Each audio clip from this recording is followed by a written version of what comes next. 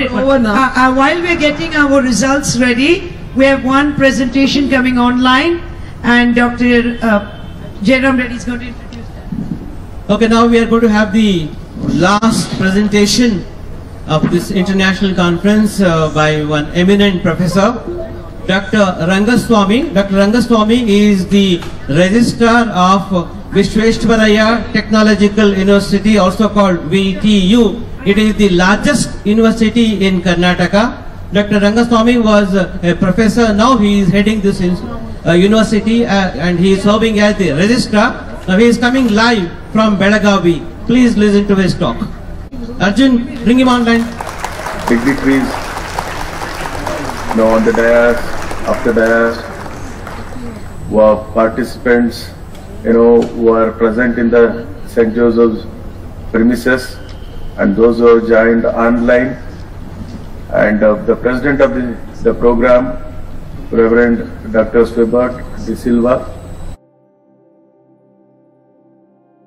the rector, Dr. Sunita Agarwal, the chair of ISGCT, my good friend, a professor, colleague, I know that, and who is very active as far as teaching learning programs through such kind of activities, particularly organizing symposiums, seminars, workshops. I've been seeing Professor Jairam Reddy, who is my senior, and of course is very active, and then he has so much concern for the students and the student development. And Dr. Reddy sir, the president of ISGCT, Mr. Pankaj Sondhi, CEO ISGCT, the scientists, the resource persons, and dear participants of the conference, as I said, both online, offline, invitees, the guests, and a good day to all of you.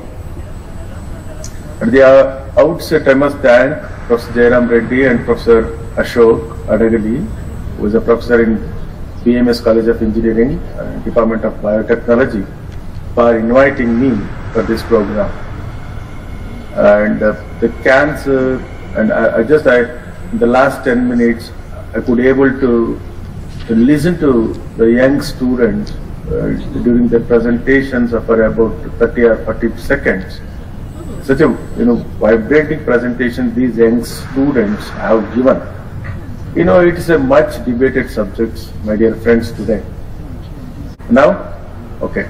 Almost 95 out of 1 lakh, almost 95 to 98 people among males. And then if you look at the females who are more prone when compared to males, is around 104 to 105 out of 1 lakh, something like that. For a year, it was in 2020. Of course, the same is the statistics as far as 2021 is concerned. If you look at that, 1 in 68 males, suffering from lung cancer. And if you look at that breast cancer statistics, 1 in 20 females. And 1 in 9 Indians will develop a cancer during their lifetime of an age between, it may be 2 or 3 years to 75 or 76 or whatever the age. And then if you look at that recent National Cancer Registry Program by ICMR, and that report says almost 14 lakh, 1.4 million cases of cancer across India as per the report submitted by the ICMR. This number is going to touch almost 1.6 million by 2024 to 2025. Almost at 2 lakhs more cancer patients we can see in this country. That is a big number as far as this is concerned.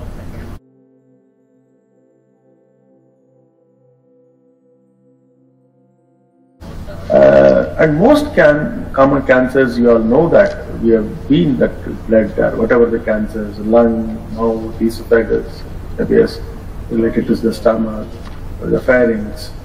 In case more common as far as the woman is concerned is that the breast cancers, cervix, whatever we talk about, these are which are the commonest cancer. And then, as I said, women are the more prone when compared to the males.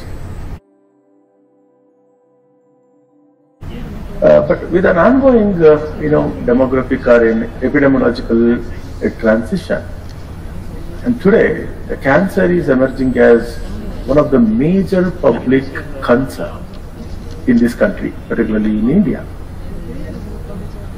The age standardized prevalence of cancer, which can be estimated, as I said, around 97 or 98% per lakh, or almost more than 100 in case of the women, whatever I said. The evidence suggests that the cancer prevalence is the highest among elderly and, as I said, females in the reproductive age groups, different reproductive age groups. This is where we need to develop some sort of a mechanism to reduce the number of people who are going to be susceptible for this kind of a diseases in this country. And the treatment, if you come to the treatment is among the highest for any ailment or the disease is concerned. And the kind of hospital setups you can just see, there are very, very few cancer hospitals in the country or in the states which can give a better treatment to the patients. Maybe you can just see the cancer center in the district level hospitals, not in the taluka level or the nearest hospitals. You will not see any treatment for the cancer patient. That is the scenario in this country. They have to, travel a long distance to get the medical care. Maybe a district level or the centers like Bangalore, Chennai, or Hyderabad, they have to travel, and it is one of the most costliest the treatment. And look at the people who are below poverty line, people who cannot afford.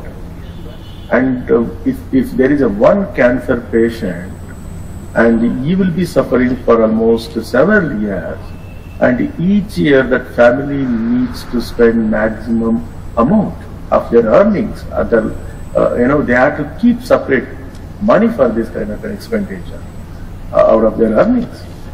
And this is a burden, a problem, an epidemic for the family with a low income.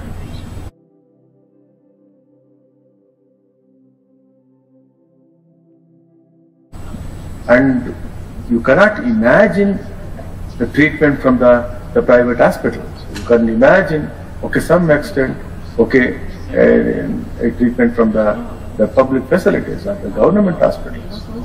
So we must see, there is a big, what I can say, if you talk about the health, there is a big policy failure, and this issue is not addressed properly as far as the state is concerned or the center is concerned. Of course, some extent, the governments of the state level are giving some money. How much their government is giving? If the kind of facility, right from the diagnosis, which can be affordable, means, see, that is, we need to develop some sort of an assured technology here.